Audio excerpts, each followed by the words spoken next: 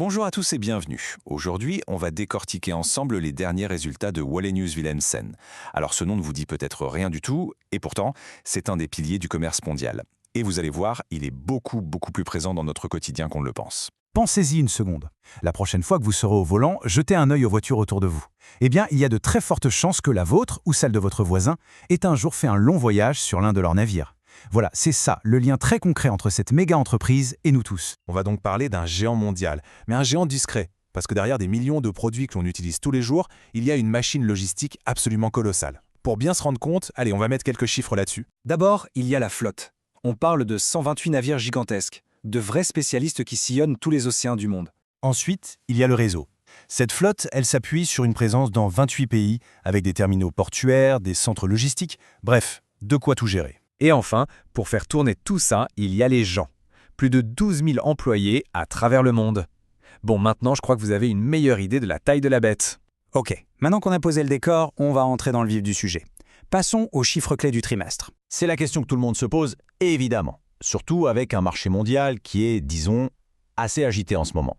Alors, est-ce que les résultats sont bons? Eh bien, la réponse, elle tient dans ce chiffre. 472 millions de dollars. C'est le EBITDA. Et franchement, dans le contexte actuel, c'est un résultat hyper solide. C'est un vrai signe de stabilité, une performance qui est vraiment remarquable. Juste pour être sûr qu'on soit tous sur la même longueur d'onde, l'EBITDA, c'est un peu comme le thermomètre de la santé d'une entreprise au quotidien. Ça mesure sa capacité à gagner de l'argent avec son activité de base avant tout le tralala des impôts et des financements. Et ce qui est super intéressant, c'est de regarder l'évolution. Oui, d'accord, c'est un peu moins que le pic de l'an dernier. Mais, et c'est ça qui est important, c'est une belle remontée par rapport au trimestre juste avant. Ça montre une chose, ils tiennent la barre. Et la performance est vraiment constante. Et puis, il y a autre chose qui compte, surtout pour les investisseurs, c'est le retour sur investissement.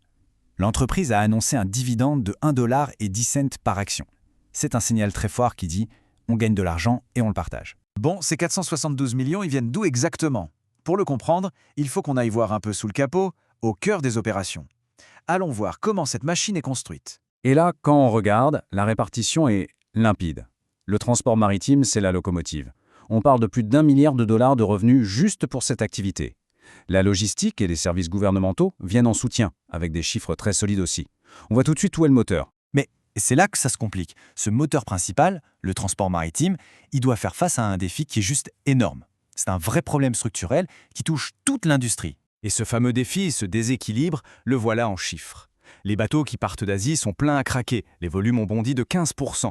Mais dans l'autre sens, au départ de l'Occident, c'est une chute de 4%. Imaginez le casse-tête. C'est comme un taxi qui fait une super course à l'aller, mais qui doit rentrer complètement à vide. Sauf qu'ici, le taxi, c'est un navire de 200 mètres de long.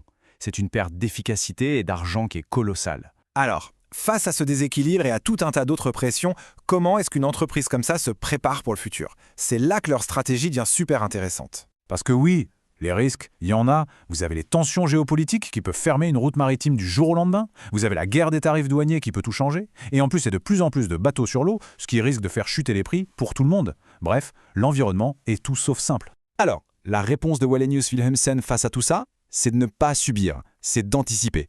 Primo, ils investissent un max dans des navires nouvelle génération, la Shaper Class, qui sont beaucoup plus performants.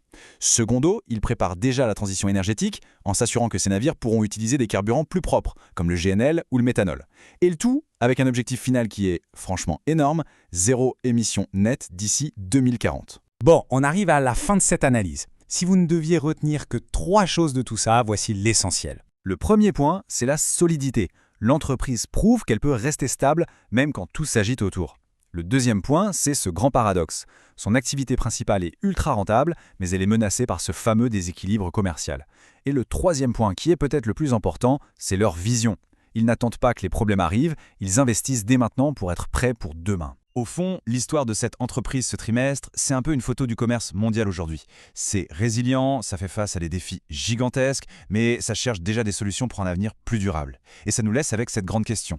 Face à l'ampleur des changements à venir, est-ce que cette transformation ira assez vite? Merci beaucoup de nous avoir suivis.